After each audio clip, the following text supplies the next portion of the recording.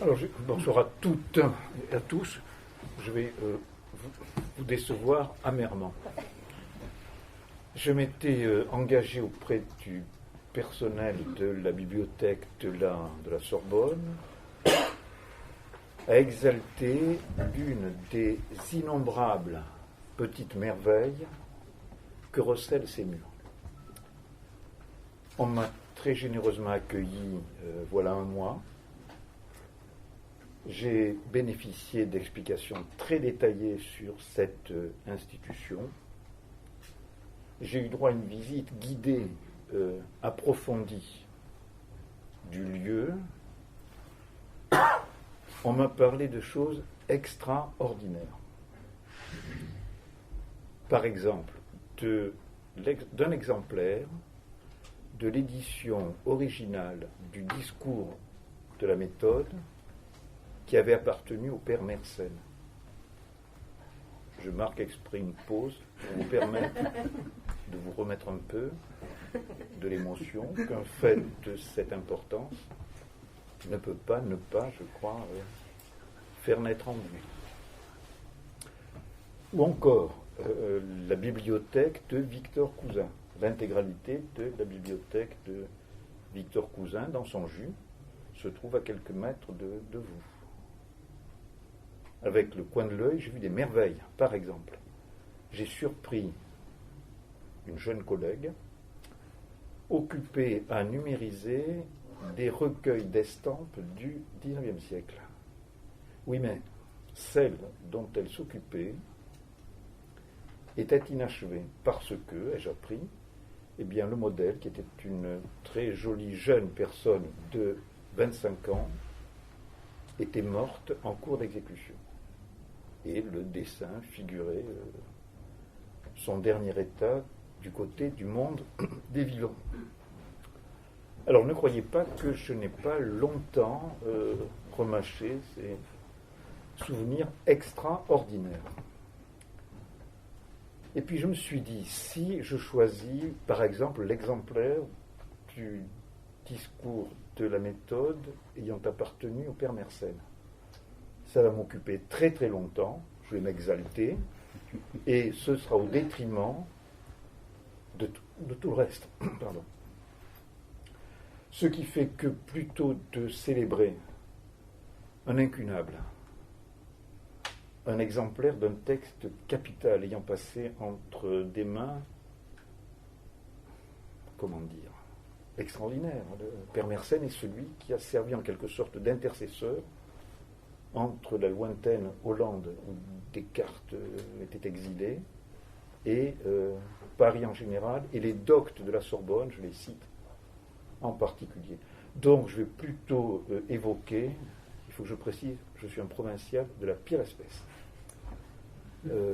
cette énorme merveille que constitue la bibliothèque interuniversitaire de la Sorbonne, son passé, la richesse de son fond, son emplacement au cœur de Paris, sa majesté dont on ne peut pas ne pas être frappé lorsqu'on a franchi le porche.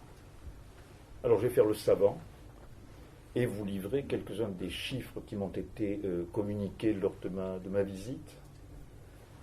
On m'a dit 2 millions d'ouvrages, 34 kilomètres de rayonnage.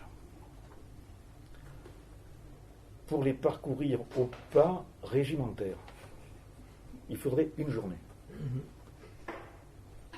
Il faudrait une journée de marche pour venir à bout de l'enfilade de 34 kilomètres de dos de livres juxtaposés et pressés les uns contre les autres. J'ai fait un calcul sordide.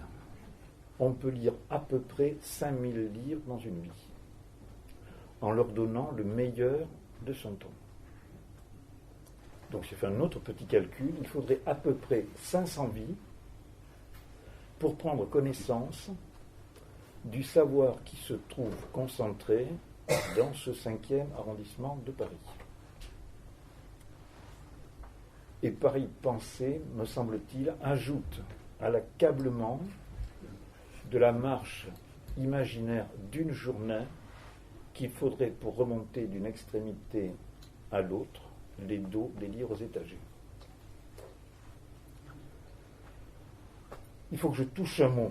J'y suis condamné par la conjoncture de la troisième et sans doute dernière révolution du mode technologique de communication que constitue le numérique et qui va de toute évidence bouleverser la physionomie de cette très ancienne institution qu'est la bibliothèque. Comme je ne vois pas de petits-enfants dans l'assistance, je peux hasarder une proposition cavalière. Nous sommes, tous autant que nous sommes, les ultimes représentants de la deuxième révolution du mode technologique de communication, c'est-à-dire l'imprimerie, la mécanisation du texte. Et c'est parce que la troisième révolution, non pas même s'annonce, mais est en cours, que nous découvrons les limitations que, sans y voir malice, nous avions hérité de la première, c'est-à-dire de l'invention de l'écriture. Ça fait à peu près 200 ans que les premières écritures ont été déchiffrées. Je pense que deux noms s'attachent à cette percée. L'un est forcément français et l'autre non moins nécessairement anglais. Ce sont les deux premières puissances coloniales de la Terre. Le premier, c'est Champollion, qui a déchiffré des hiéroglyphes égyptiens. Le second est un anglais qui s'appelait Rawlinson, qui lui a déchiffré des caractères cunéiformes de la Mésopotamie. Ce qui est troublant, mais nous venons 200 ans après, c'est que ni l'un ni l'autre de ces savants n'ait mesuré ni les attendus, ni la portée de leur découverte. Alors je sais bien que, aux difficultés proprement intellectuelles qu'ils ont rencontrées, s'ajoutaient des difficultés matérielles dont il me semble qu'elles ont leur prix, leur poids dans l'avancée qu'ils ont accomplie du côté de ces ténèbres où avait sombré le passé. Alors je vais commencer par Rawlinson. Vous savez qu'il a relevé de gigantesques inscriptions en caractères cunéiformes à la gloire de Darius, aux parois d'une gorge extraordinairement abrupte à Beistoun. Enfin, je ne sais pas comment on prononce le mot. Alors, il avait échafaudé avec des échelles une sorte de construction qui lui permettait de relever avec le plus grand soin ces caractères qu'il s'agissait d'interpréter. L'échafaudage cède. Rawlinson était quelqu'un d'un peu corpulent, il aurait dû dépêcher quelqu'un. Et Rawlinson ne doit son salut qu'au fait qu'une providentielle saillie du roc lui permet de s'accrocher et d'éviter de mourir fracassé 40 ou 50 mètres plus bas. C'est un jeune berger kurde qui, accroché à une corde, est allé relever avec du papier mâché la troisième ou la quatrième inscription qui était hors de portée de l'espèce de dispositif que Rawlinson avait utilisé. Vous savez que Champollion est tombé en catalepsie dans la seconde qui a suivi l'instant où il a eu l'absolue certitude qu'il détenait enfin la clé de cette vieille écriture hiéroglyphique.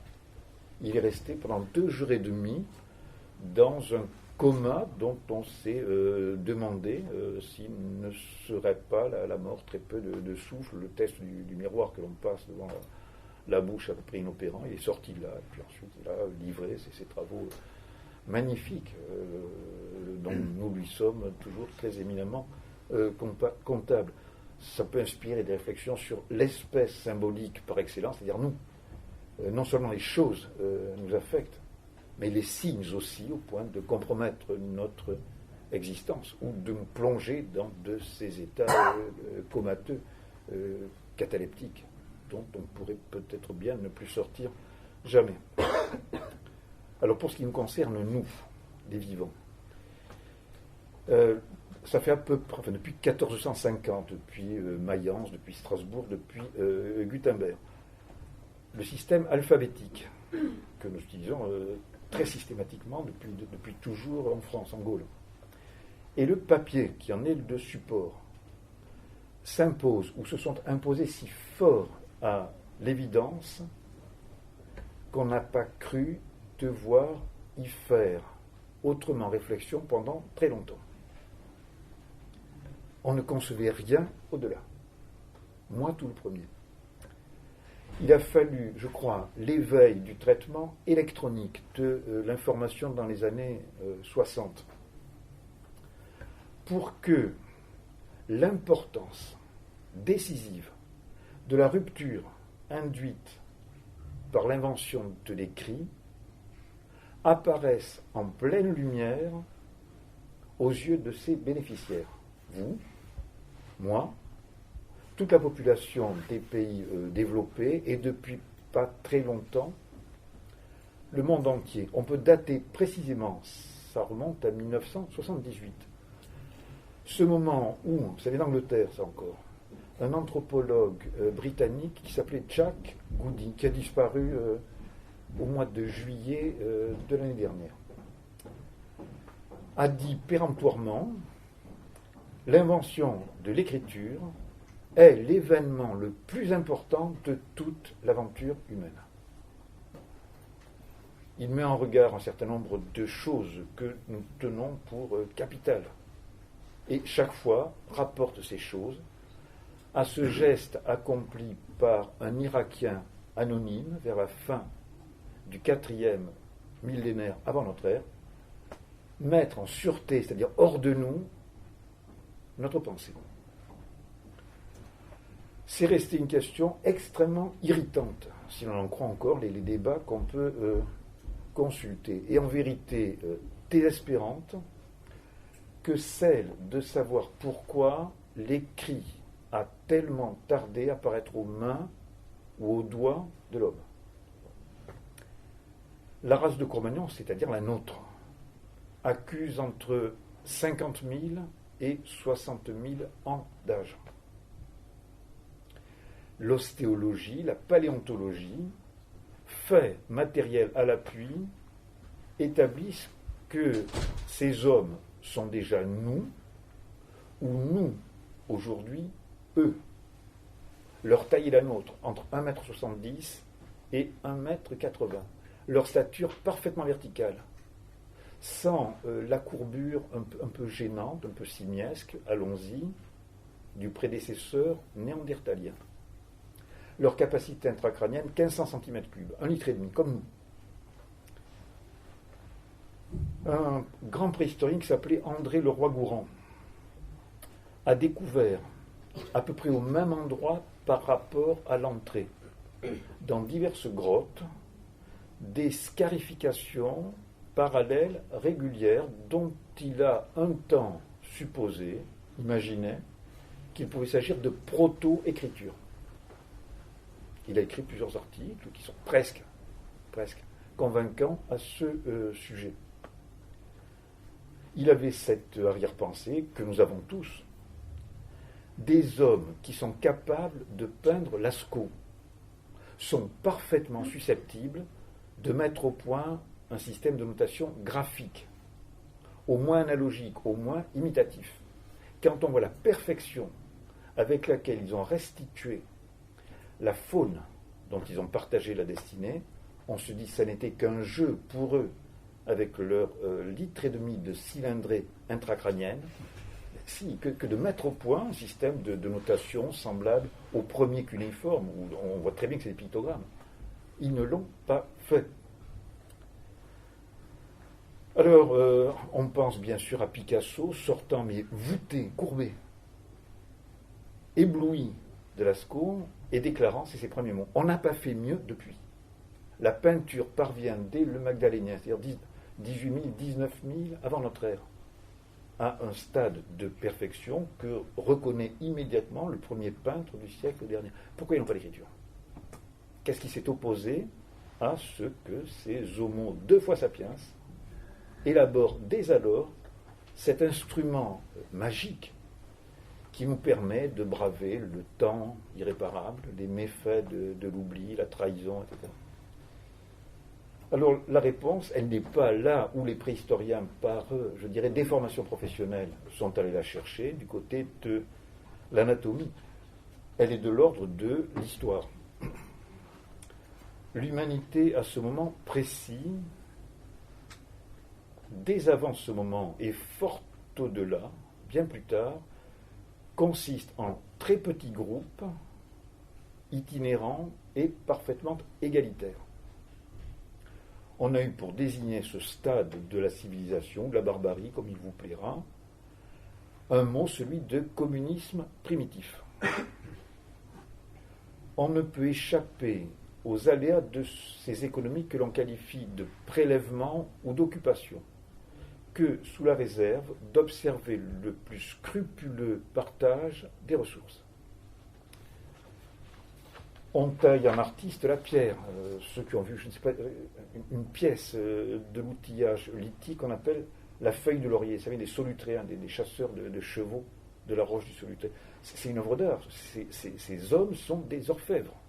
Ils tirent du silex, quelque chose dont on se demande encore comment ils ont bien pu y parvenir. J'ai vu dans des publications que peut-être qu'ils le faisaient chauffer, que cela change suffisamment la consistance du matériau pour permettre d'obtenir des finesses auxquelles ils ne sauraient sans cela se prêter. Donc c'est un monde égalitaire. La division du travail n'exerce pas ses effets mutilants. Chacun, on peut se régler là-dessus sur les rapports qui ont commencé d'affluer en Europe, sur les groupes, les sociétés primitives que les Européens colonialistes, impérialistes rencontraient partout sur leur route et balayaient, anéantissaient. Chacun dispose de l'intégralité de la culture symbolique et technique. Un répertoire de mythes dont rien ne subsiste, si ce n'est sous forme de traces dans les derniers mythes qu'on ait recueillis à partir de leur naissance jusqu'au début du XXe siècle. Lévi-Strauss dit quelque part qu'un certain nombre de pièces qu'il a eues entre les mains lui semblaient provenir en droite ligne du paléolithique et véritablement profond, moyen ou inférieur. La division du travail est inconnue et pendant l'essentiel de l'aventure humaine, c'est-à-dire la préhistoire, je ne sais pas combien d'années vous dire, 100 000 ans, 250 000, 500 000. Il n'y a pas de trace écrite parce qu'on n'en ressent pas la nécessité. On ne sait trop, là aussi on trouve un certain nombre de publications d'historiens, ce qui a pu déterminer la fragmentation, la décomposition de la communauté primitive. Peut-être des groupes de chasseurs en provenance des montagnes ont-ils asservi les premiers groupes sédentaires qui s'essayaient à l'agriculture sur les limons fluviatiles, dans la plaine, au bord des grands fleuves où la civilisation s'est développée, le Tigre, l'Euphrate, le Nil, le Yangtze-Kiang, les zones littorales de l'Europe. On sait que la vie des sociétés primitives est sans doute la plus belle qui nous soit permis de rêver. Ce n'est pas moi qui le dis, c'est le généticien américain d'origine italienne Cavalli Sforza. Le bonheur, il n'est pas devant nous, il est derrière nous. Et jamais plus nous n'y reviendrons. Un autre anthropologue américain, pur sucre, lui, qui s'appelle Marshall Salins, a donné une bonne quarantaine d'années un livre très surprenant dont le titre est « Âge de pierre, âge d'abondance ». Alors comme il est rompu aux méthodes de l'ethnographie, en particulier de l'ethnographie économique, il a mené un certain nombre d'enquêtes auprès de diverses sociétés primitives, les aborigènes australiens, certaines sociétés africaines, et établit le fait suivant. 2 heures de travail procurent leur subsistance journalière aux membres de ces sociétés, contre 8 heures, sans parler des embouteillages et des délais de route, dans les sociétés développées. Le reste du temps se passe à parler, il parle énormément. À rêver, à dormir, à chanter, à boire, à manger, à sculpter, ils font des choses merveilleuses avec leurs mains, à peindre. Le bonheur était là. Et c'est le propre de ces sociétés qu'il n'y a ni surplus ni accumulation, qui sont les fondements de l'exploitation de l'homme par l'homme.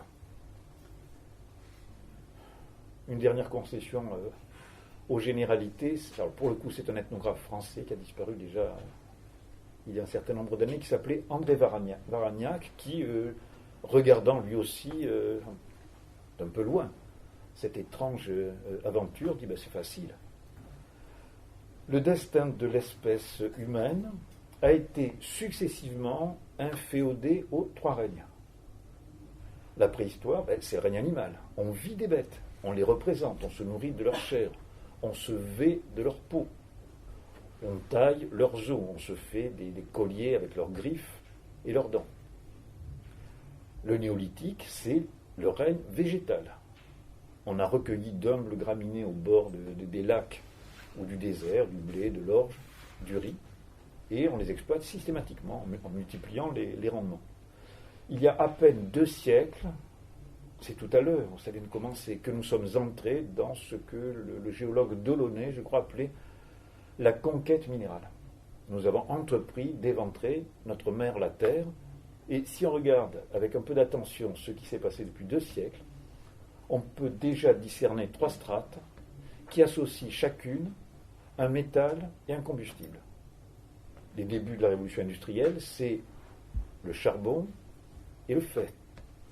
La deuxième strate, c'est la deuxième révolution industrielle, c'est le pétrole et l'aluminium. Aujourd'hui, c'est l'uranium et le silicium. La différence entre les économies de prélèvement ou d'occupation et les économies agropastorales, c'est que celles-ci livrent en une fois et pour une année la subsistance du groupe.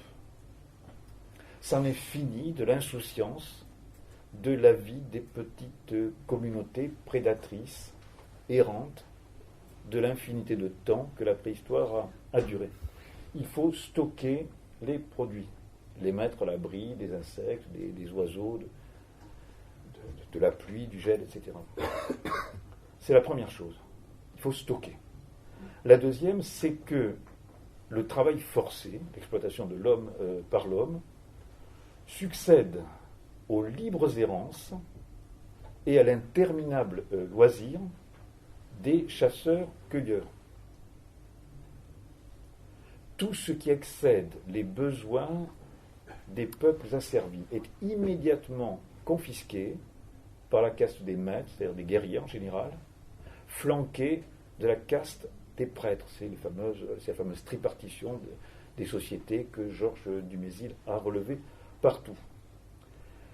La productivité est si faible dans de telles conditions qu'il faut que l'écrasante majorité de la population, ce qu'on appelle le cheptel parlant, sans état d'âme, les esclaves, soit dessaisie du fruit de leur peine pour qu'une minorité accomplisse d'âge en âge son humanité. Une particularité à laquelle nous ne songeons pas forcément de ce nouveau mode de production, c'est que l'énorme quantité relativement de biens engendrés par le travail forcé excède les capacités naturelles de la mémoire. La nécessité d'un système auxiliaire se fait sentir. Il me semble qu'une lumière surnaturelle, dorée, enveloppe le geste de cet Irakien de jadis, qui s'est baissé pour pétrir une poignée du limon de l'Euphrate ou du Tigre, qui a coupé le roseau qui poussait à moins d'1 mètre de lui et appliqué à la pointe de celui-ci des traces en forme de clous ou de coins dans celle-là. peut-être bien que c'est le geste le plus important qu'homme ait jamais accompli depuis que notre espèce s'est avancée à la surface de la Terre.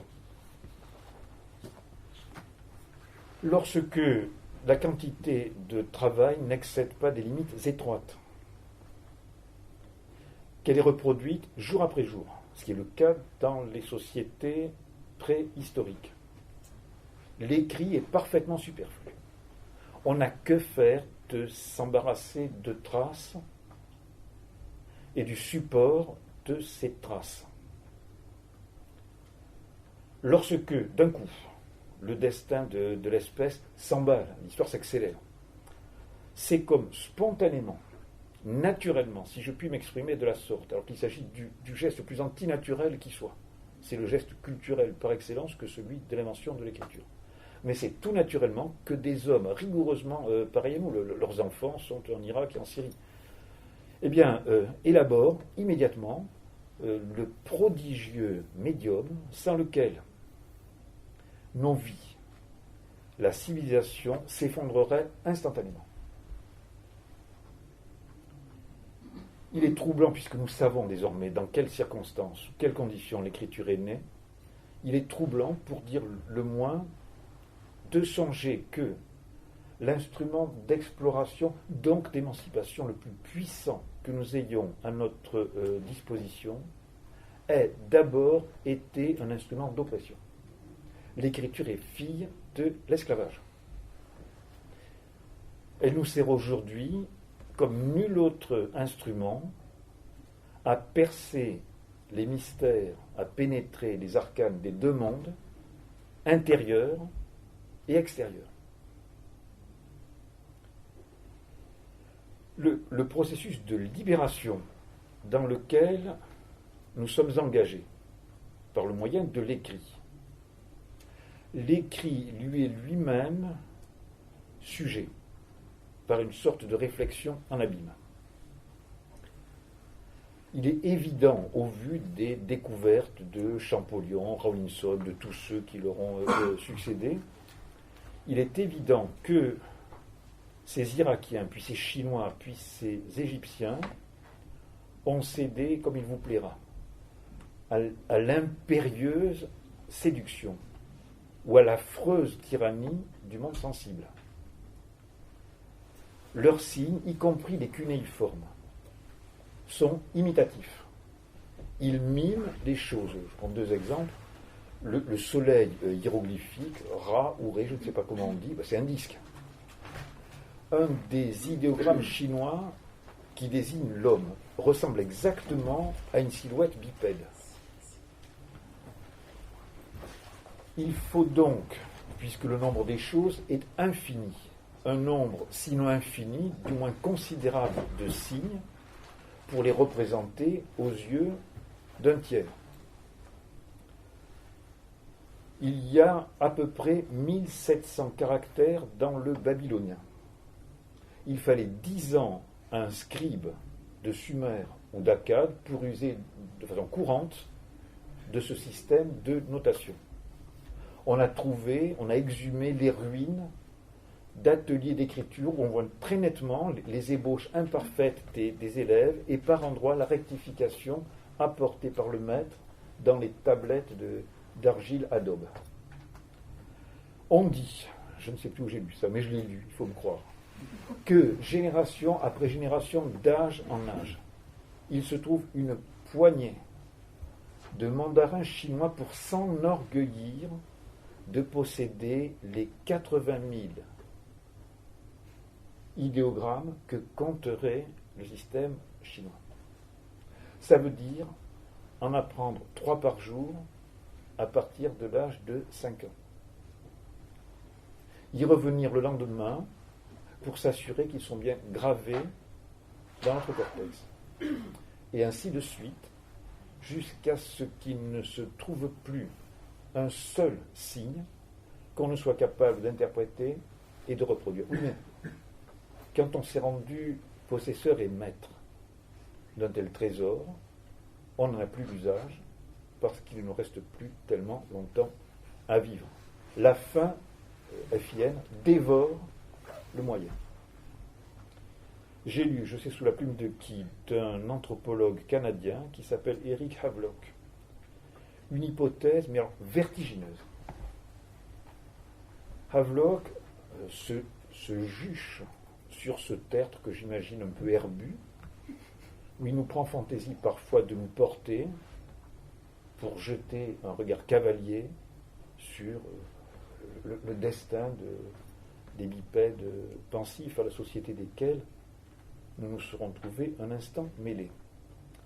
Et Havelock note très bien qu'à partir du XIIIe, XIVe siècle, l'initiative civilisatrice dont le creuset était depuis toujours l'Extrême-Orient migre de ces lointains vers l'Europe occidentale. C'est quand même curieux. On est encore des sauvages, des pestes brutes, que la civilisation chinoise est supérieurement florissante. Quelle est la raison? Pourquoi? Et Havelock avance cette hypothèse que je vous dis. La Chine, à un certain stade de son développement, s'est trouvée entravée par le poids infini, 80 000 idéogrammes, les complications terribles de son système de notation, alors que, tout grossier et mal lavé que nous fussions alors, nous avions à notre disposition les 26 caractères de l'alphabet parfaitement rationnel que nous avaient légués les Grecs via les Étrusques et les légions romaines, ainsi que le système numérique hindou-arabe que nous avions emprunté à des prisonniers que nous avions faits. C'est forte de ces deux systèmes, alphabétiques et numériques, hindou ou arabe, que l'Europe brise le pesant carcan de la barbarie qui pesait obstinément sur sa nuque depuis la destruction de Rome au Ve siècle, et amorce ce mouvement fulgurant qui va faire d'elle, pendant un demi-millénaire, le sujet de l'histoire. La question est ouverte de savoir si ce qu'on appelle la globalisation ou la mondialisation n'est pas un autre nom pour l'européanisation de la planète. La révolution dans la révolution, l'écriture est prise elle-même dans ce mouvement qu'elle a initié. La révolution dans la révolution, on sait où et quand elle s'est produite. Elle se produit au XIVe siècle, en Syrie, du côté d'une ville qui s'appelle Ougarit. Il est fou, en 2017, de songer que ces lieux miraculeux, où s'est levée la lumière de l'espérance, la Syrie, l'Irak, se trouvent actuellement plongés dans une sanglante nuit. Bref, quelqu'un, on ne saura jamais qui, c'est dommage, a fermé les yeux. Il a fermé les yeux pour écouter. Pour écouter quoi? mais le souffle de l'esprit, c'est-à-dire le langage articulé qui constitue notre propriété distinctive. Et je vois là encore cette lumière un peu surnaturelle, un peu dorée que j'évoquais à propos du geste du scribe mésopotamien qui prélève un peu de limon de l'Euphrate et coupe un roseau prochain. Il me semble que cette même lumière revient flotter au droit du désert sinaïtique lorsque quelqu'un s'avise que ça n'est pas la peine de se tuer à noter les choses. Elles sont trop nombreuses, on y passe sa vie et c'est en vain. Il faut noter les sons, parce qu'il a constaté qu'ils sont très petits nombres, et qu'une vingtaine de caractères suffirait à les noter tous. Qu'est-ce qu'on fabrique? C'est le vieux prof de collège qui parle avec 26 caractères. Mais avec 20, ça y est, on est bon. Vous n'avez pas l'usage du H, que je sache, du K non plus. À quoi me sert franchement le W et le Z? On ramène à 20. On peut faire une économie de 20%. C'est bon à prendre, c'est des sommes. Enfin bon, c'est le vieux prof qui prenait la parole. Je reprends mon sérieux.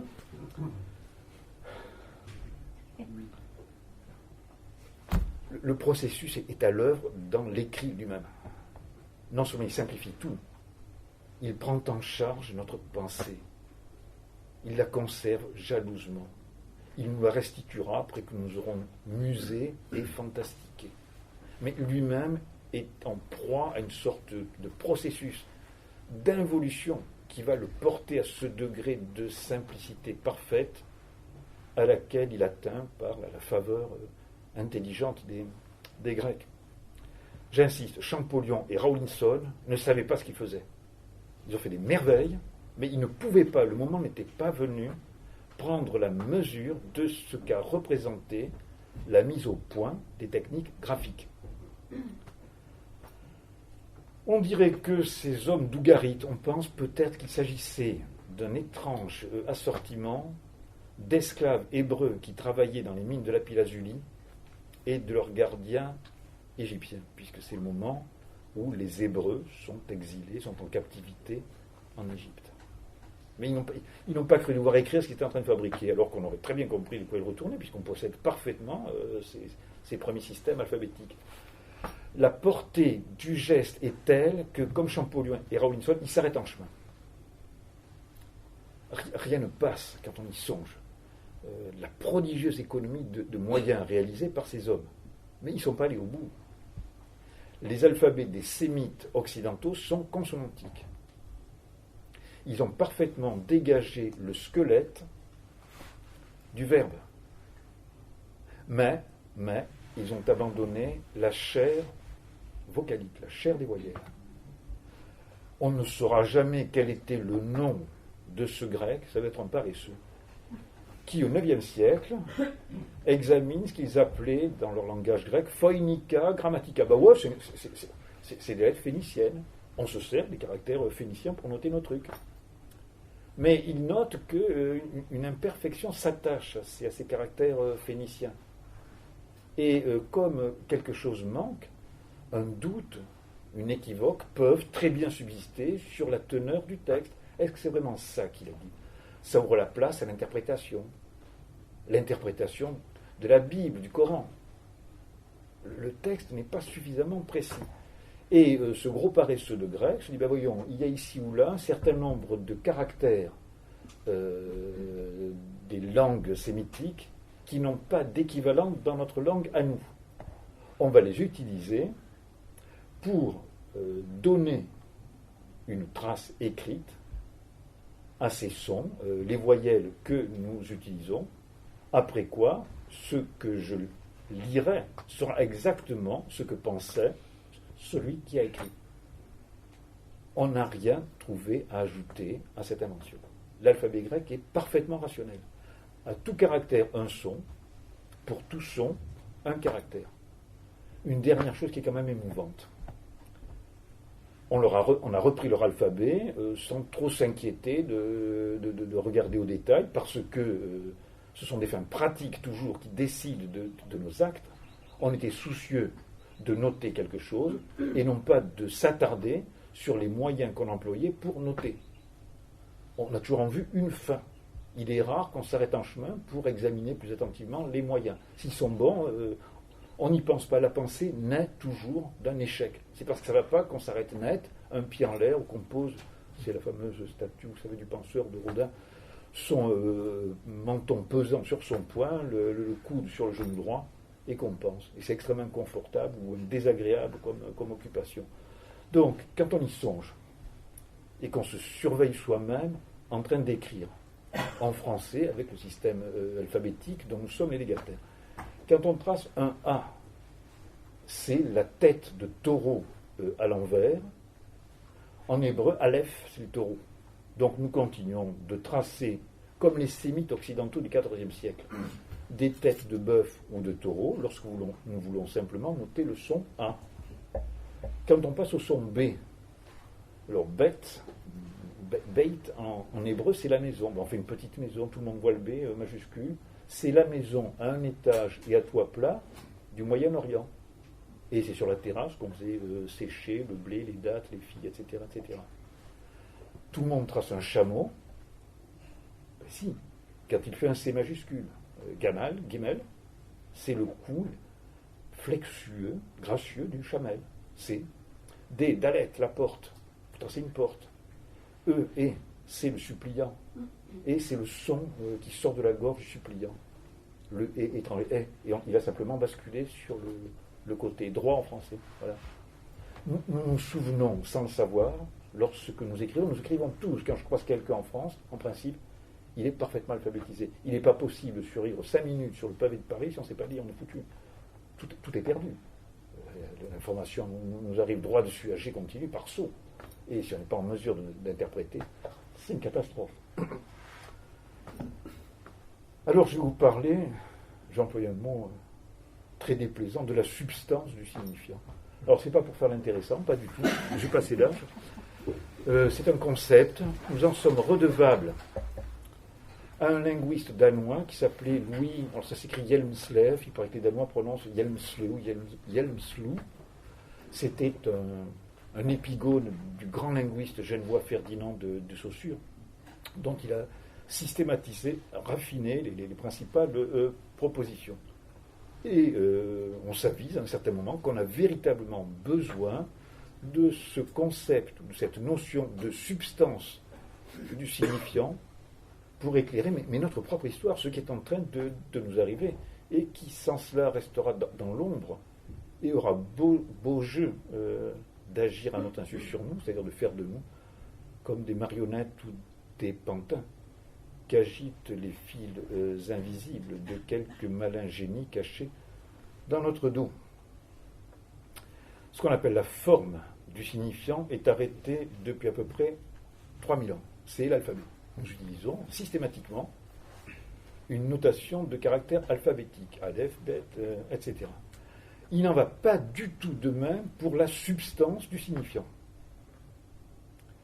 Et ce qui est amusant quand on y songe, enfin amusant c'est pas le mot, j'aurais dû en trouver un autre, c'est que la forme a à peu près épousé le destin de la substance,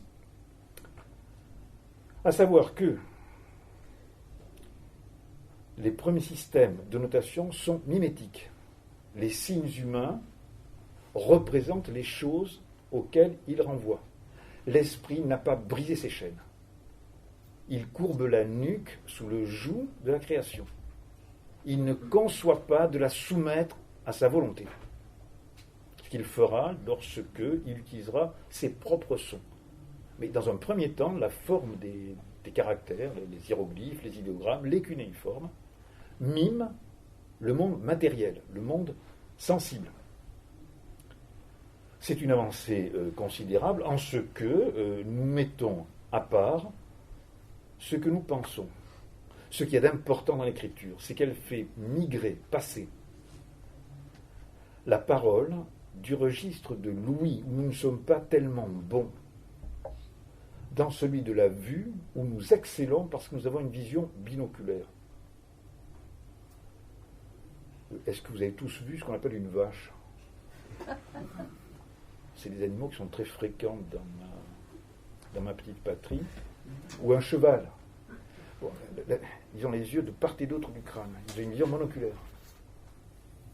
Ce qui fait que nous les surclassons dans beaucoup de parties. Nous partageons avec un assez petit nombre d'espèces le privilège d'avoir une vision binoculaire. L'espace compris entre nos deux yeux sert de base à des opérations de triangulation. Nous pouvons situer les choses avec une précision à quoi peu de créatures sont susceptibles de se porter. Nous sommes l'espèce visuelle par excellence. Quand nous écrivons, quand nous notons, nous faisons passer ce qui nous qualifie de prime abord la parole du registre de l'ouïe, de l'air atmosphérique dont le nom pourrait être trahison. Il est oublieux de ce que nous lui avions confié en dépôt. Aucune des paroles dans cette salle a retenti depuis, je ne sais pas trop quand, 1897 peut-être, n'est restée. Alors bien sûr, c'est avantageux en ce que la place est libre pour qu'à mon tour j'en glisse quelques-unes qui suivront même destin, mais l'air est oublieux. Nous ne pouvons rien lui confier, il ne nous restituera rien. Tout ce que nous lui avions abandonné. L'écrit arrache la parole, donc la pensée, à cette espèce de fatalité des flux temporels, elle l'objective. On voit sa pensée du dehors. C'est une chose extraordinaire que de voir ce qui était enseveli dans la nuit intérieure nous apparaître en extériorité, sous nos yeux. On peut se détourner de ce qu'on a écrit, l'abandonner 3 minutes, 3 jours, 30 ans, y revenir et le découvrir intact, exact, fidèle. Et on n'en revient pas de ce que celui qu'on était à 30 années de là ait pu dire pire, écrire des choses aussi regrettables. Mais c'est la rançon de l'écriture, sa fidélité, sa parfaite fidélité. Nous savons qu'elle survivra à la destruction de nos corps et de nos esprits. C'est pourquoi les premiers textes sont des actes économiques, c'est des contrats. C'est ce qu'on appelle dans la marine marchande des connaissements. Tu as embarqué ça. Et ça doit se retrouver quand tu atteindras Tyr ou Sidon ou un autre port à quelques centaines de kilomètres de là. Des contrats de location d'esclaves, de terres, de bêtes, des prières, parfois les décrets du despote. L'écriture est tributaire dans son premier temps de ce à quoi je faisais allusion tout à l'heure, c'est-à-dire le changement de mode de production. On a besoin d'une mémoire auxiliaire et en même temps, sa nature même, sa fixité, nous garantit contre l'oubli ou la mauvaise foi, etc. Seulement, s'il est vrai que, en écrivant, nous nous libérons de notre pensée, elle est victime, comme nous, selon les religions de l'Inde, d'une sorte de métampsychose. Elle est prise dans une sorte de karma. On doit la confier d'abord au plus lourd, au plus grossier des éléments, c'est-à-dire la terre.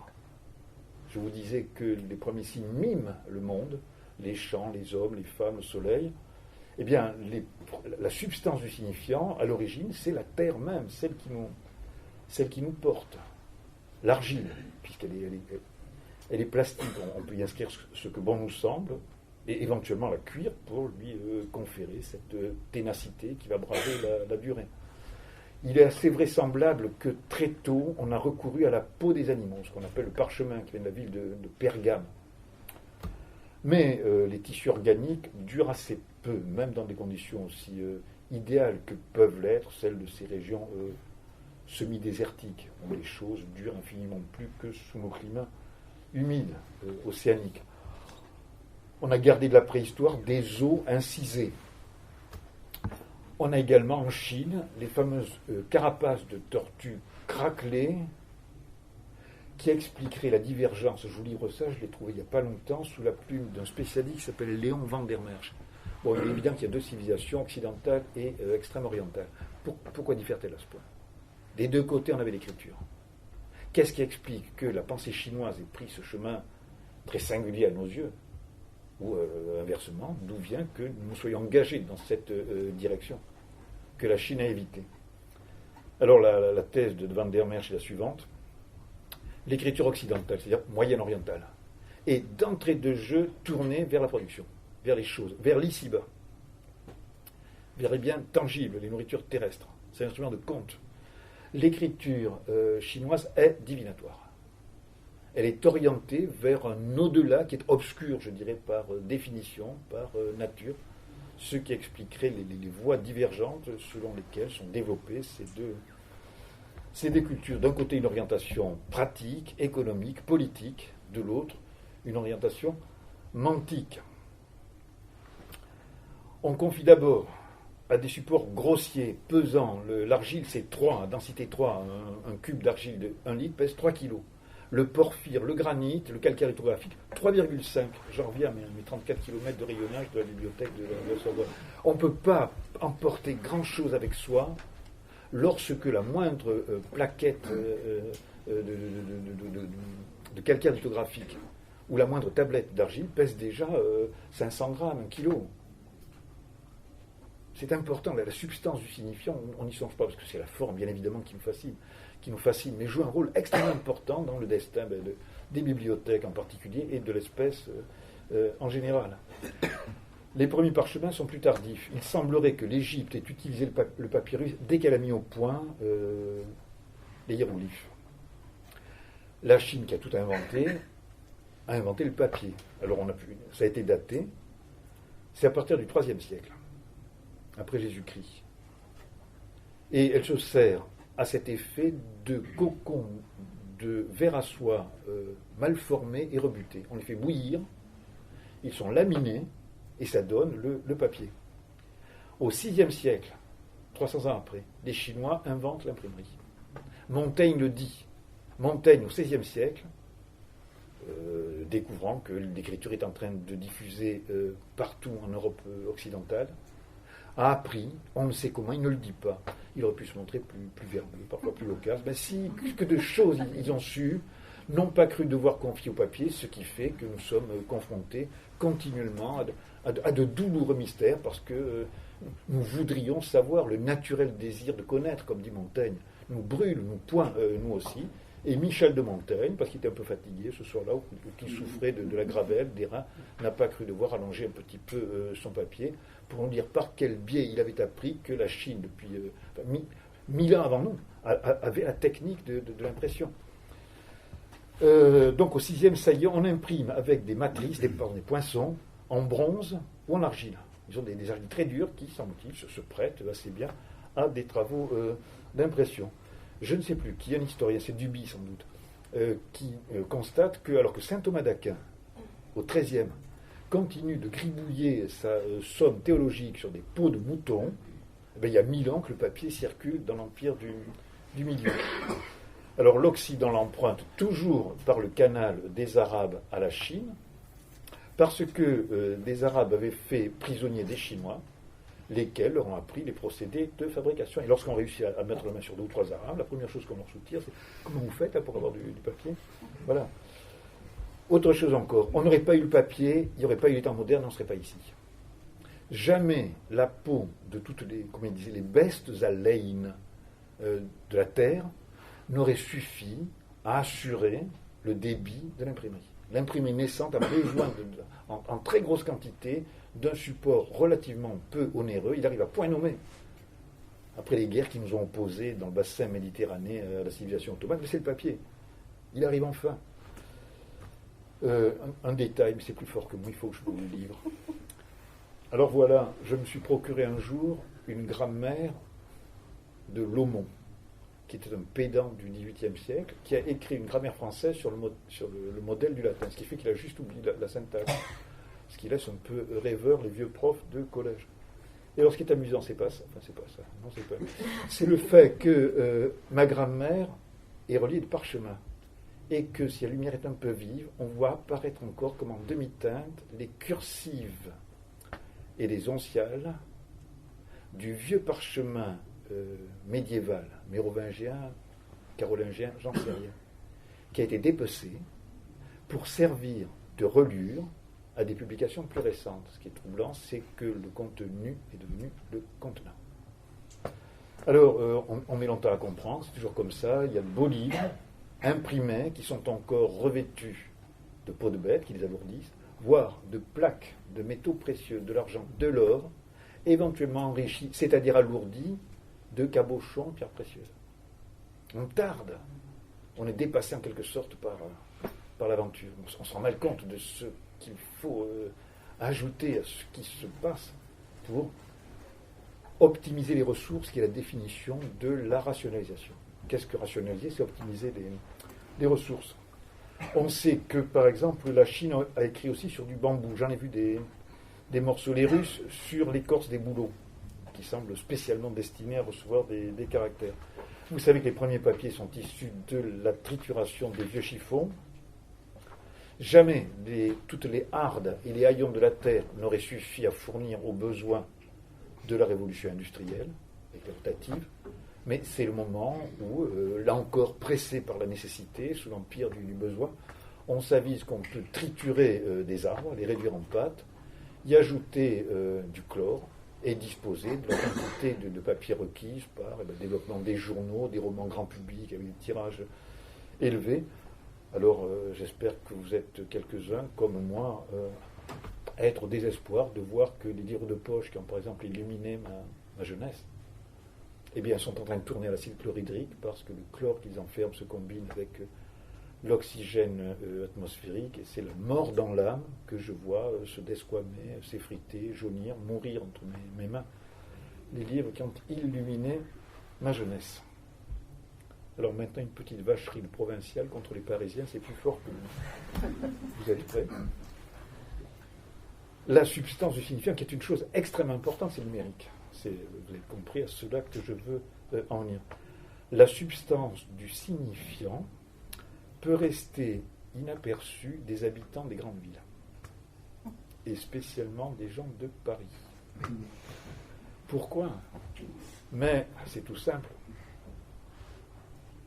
Il y a des grandes bibliothèques partout. En 10 minutes de métro. En 3 minutes de marche à pied. Vous êtes, par exemple, à la bibliothèque interuniversitaire de la Sorbonne, avec des gens qui vont s'empresser de mettre à votre disposition tout ce que vous pouvez désirer. Et alors maintenant, une proposition d'ordre général, c'est son absence. Et c'est la douleur que celle-ci nous occasionne qui nous révèle l'importance, le prix, voire, au point où j'en suis, l'existence d'une chose. Aussi longtemps que nous n'en avons pas été privés, non seulement nous les mesurons mal, mais c'est à peine si nous concédons une existence propre à cette chose dont nous n'avons pas encore été dessaisis et dont le manque ne nous a pas transis. Alors maintenant un compliment, pour Paris bien sûr. Un Tourangeau qui s'appelait René Descartes, lorsqu'il s'est agi de dire quelques mots à propos de la capitale, l'a défini ainsi: un abrégé du monde. Quoi que ce soit que vous puissiez souhaiter avoir, obtenir, savoir, c'est ici et nulle part ailleurs que vous pourrez vous le procurer. Vous souhaitez connaître un fait extraordinairement ténu, dont l'explication ne subsiste que dans un seul et unique livre. Il y a toutes les chances pour qu'il se trouve à la BNF, à la Mazarine, à l'Arsenal, à Sainte-Geneviève, ou de l'autre côté du mur, là auquel je tourne le dos.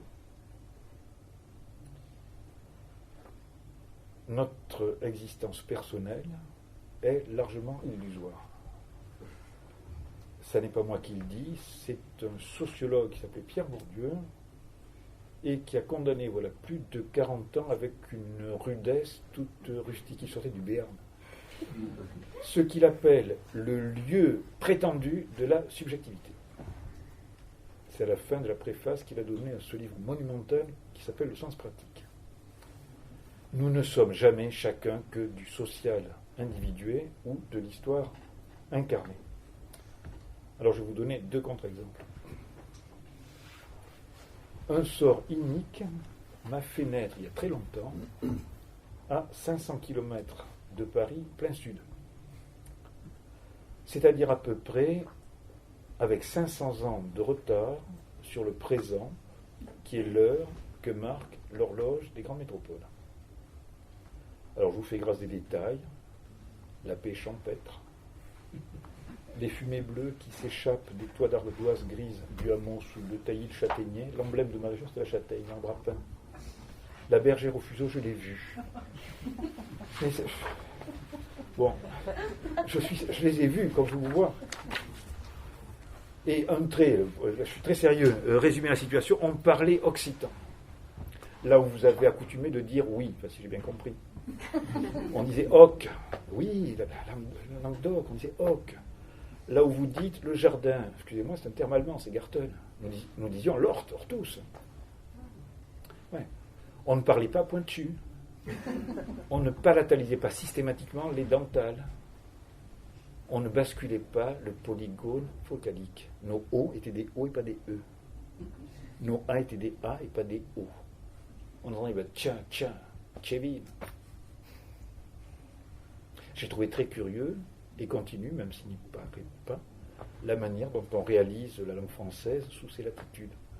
Bref, on parlait occitan plus de 400 ans après que l'édit de Villers-Cotterêts, 1539, promulgué par le roi François Ier, eut rendu l'usage du, je cite, langage maternel français obligatoire dans tous les actes publics. on ne parlait pas le français. J'ai connu des gens qui n'étaient qu'occitanophones. Je les ai vus comme je vous vois.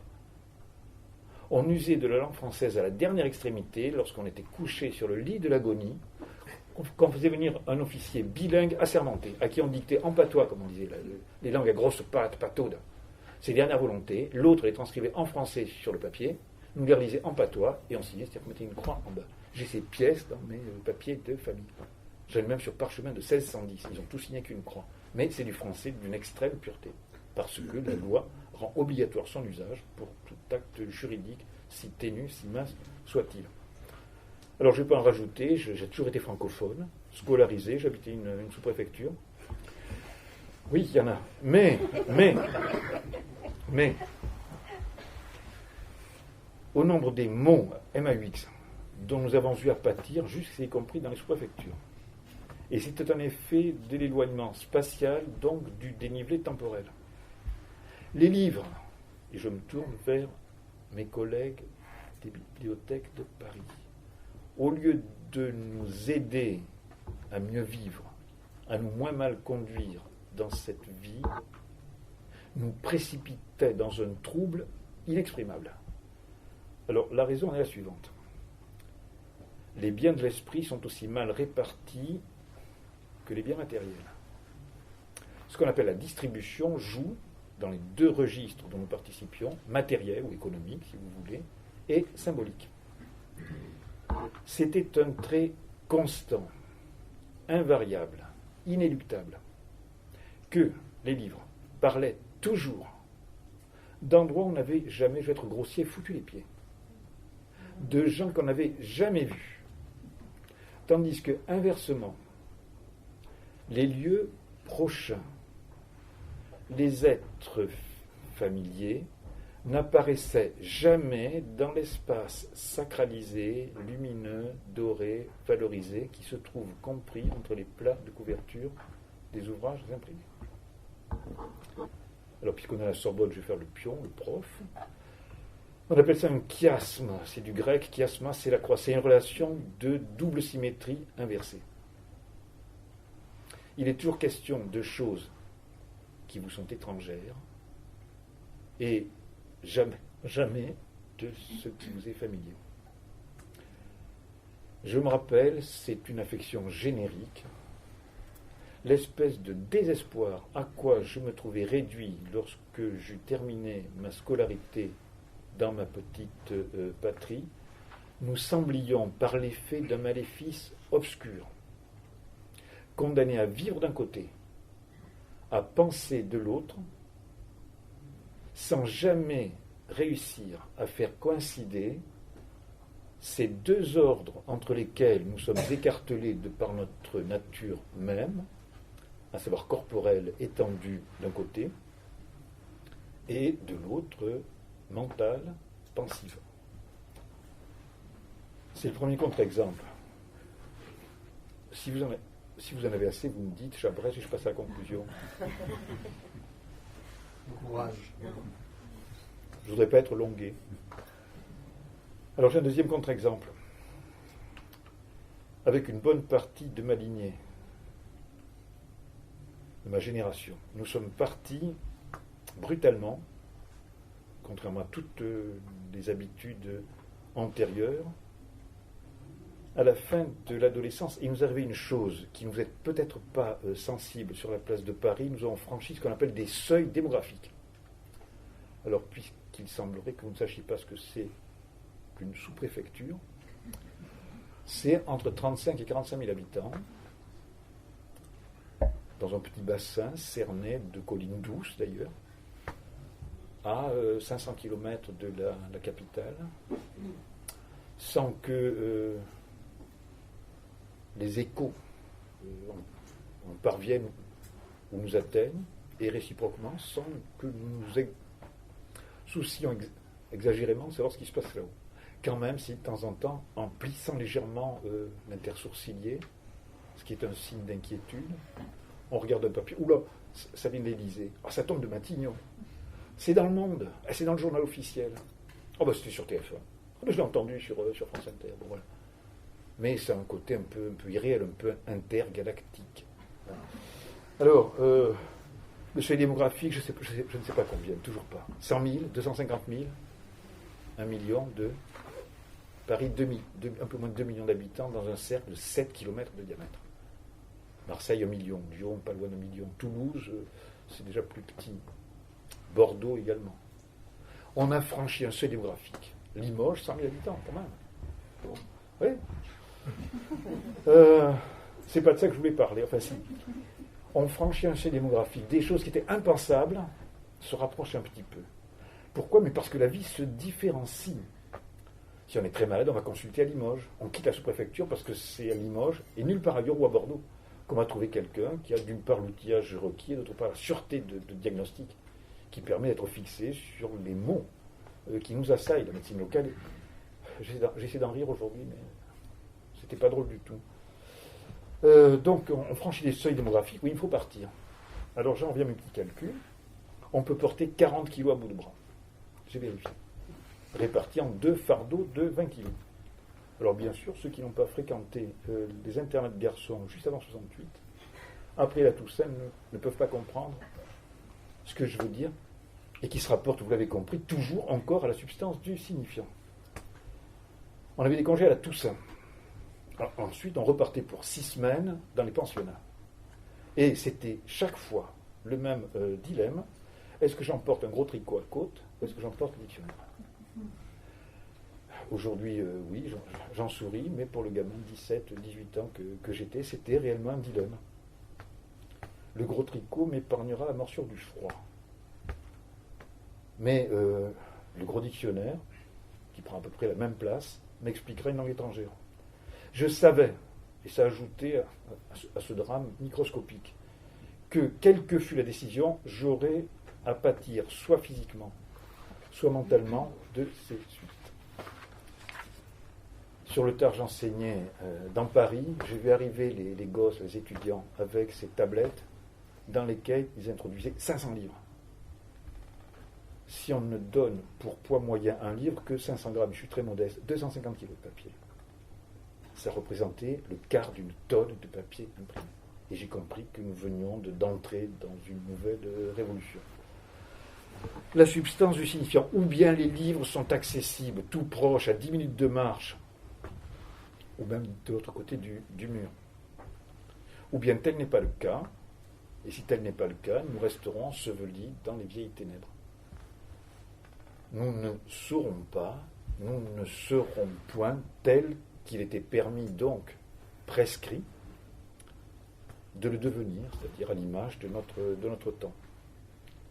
Même dans des institutions comme ces immenses bibliothèques de la capitale, une ombre continuait d'être répandue sur les lumières de l'esprit en tant qu'elle demeurait inféodée à de pesantes substances. La pulpe des arbres, la roche, la peau des animaux.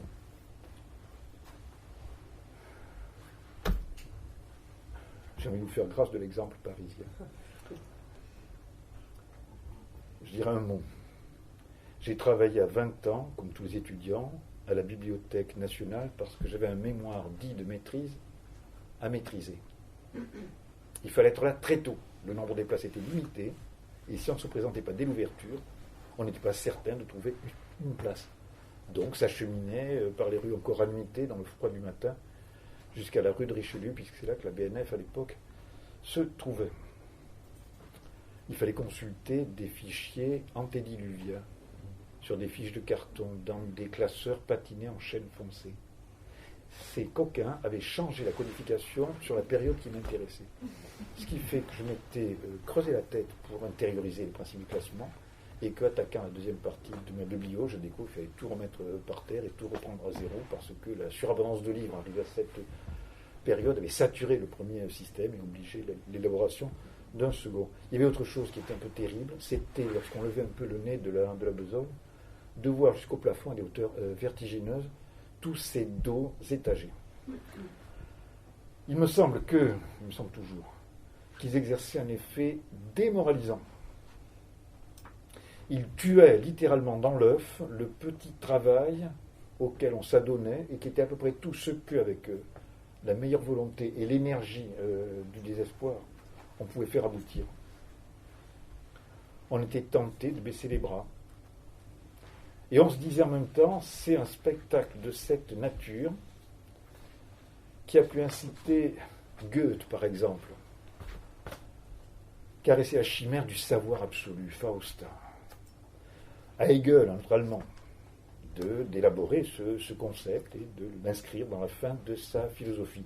Et selon toute vraisemblance à Borges, puisqu'il est directeur de la Bibliothèque nationale de Buenos Aires, d'écrire la bibliothèque de Babel.